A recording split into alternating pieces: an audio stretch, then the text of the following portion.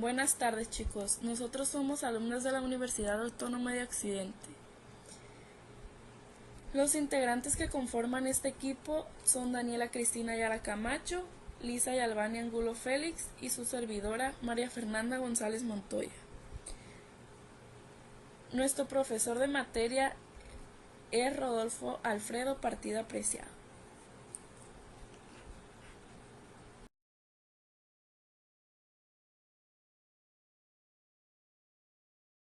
La dislipidemia.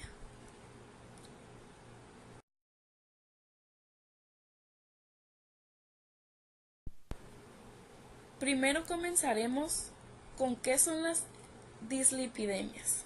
Bueno, estas son alteraciones que se manifiestan en concentraciones anormales de algunas grasas en la sangre, principalmente colesterol y triglicéridos. Su causa puede deberse a factores hereditarios, pero también puede ser por una alimentación inadecuada rica en grasas y la inactividad física. Las dislipidemias generalmente son asintomáticas, es decir, esto significa que no presentan ninguna molestia o dolor al estar padeciéndola. Hay varios tipos de dislipidemias. Nosotros les hablaremos sobre hipercolesterolemia familiar. Bueno, la hipercolesterolemia familiar es una enfermedad hereditaria debido a una mutación en el gen receptor de la LDL. Es la enfermedad monogenética más frecuente, es decir, esto provoca su alteración funcional y en consecuencia su alteración del LDL en plasma.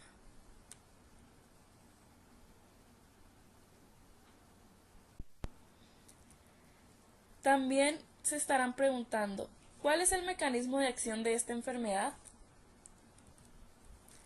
Esta es una mutación del gen que codifica el receptor para la LDL, o sea, las lipoproteínas de baja densidad.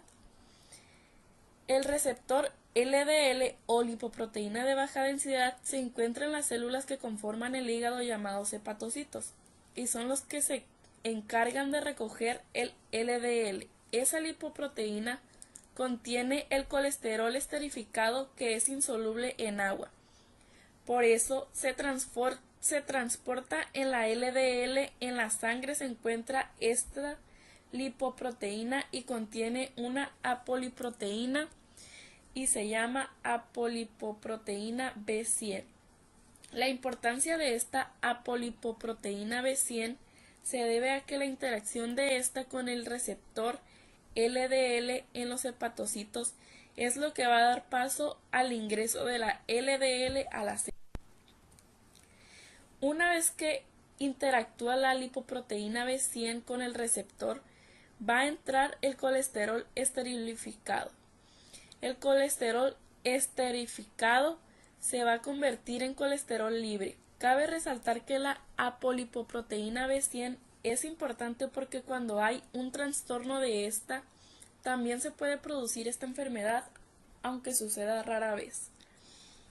Ese colesterol esterificado, una vez que entra, se va a convertir en colesterol libre.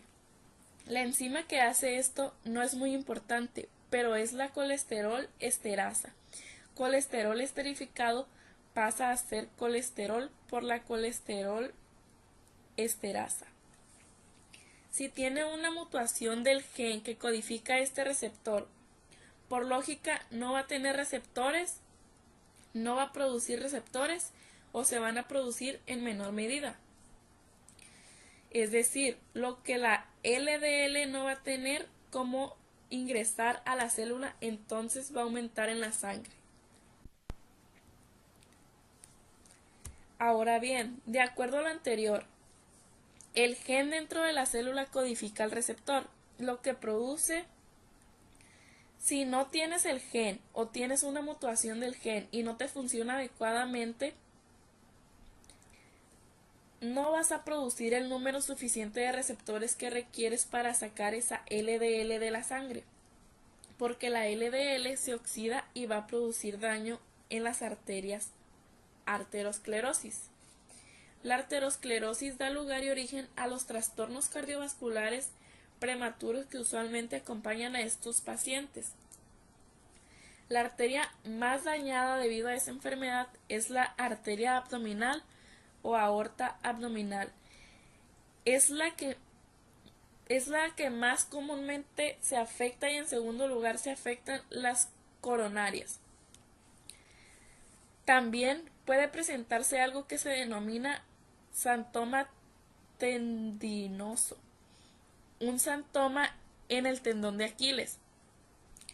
Un xantoma es una afección cutánea caracterizada por la formación de placas o nódulos amarillos por el depósito lipídico, y este es un signo patognomónico en la enfermedad.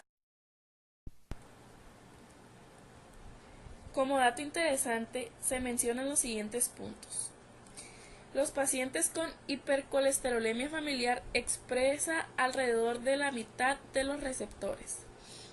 Diariamente se produce el catabolismo del 45% del total de partículas de LDL.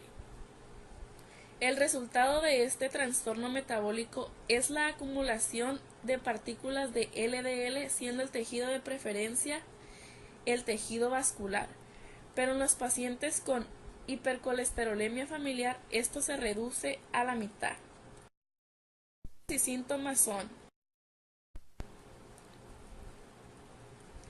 aneurisma de aorta, derrame cerebral, enfermedad arterial periférica, infarto agudo de miocardio. Se dice que en algunos pacientes no puede presentar esto.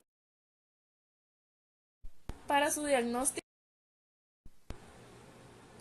el diagnóstico de certeza de la hipercolesterolemia familiar se basa en la demostración de la existencia de una mutación en el gen del receptor de la LDL, aumento de LDL en plasma. Por lo general se da de 200 a 400 microgramos por decilitro. El diagnóstico de certeza de la hipercolesterolemia familiar se basa en la demostración de la existencia de una mutación en el gen del receptor de la LDL. Los pacientes con hipercolesterolemia familiar heterozigata tienen hipercolesterolemia desde el nacimiento. A continuación, también les hablaremos sobre hipertrigliceridemia familiar.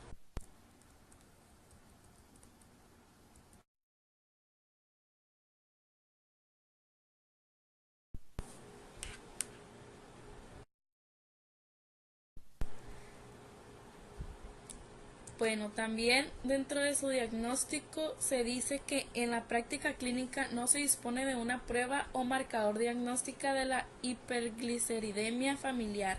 El diagnóstico de la enfermedad se establece por el hallazgo de hipertrigliceridemia en el paciente y en sus familiares de primer grado con un patrón de tipo autosómico dominante.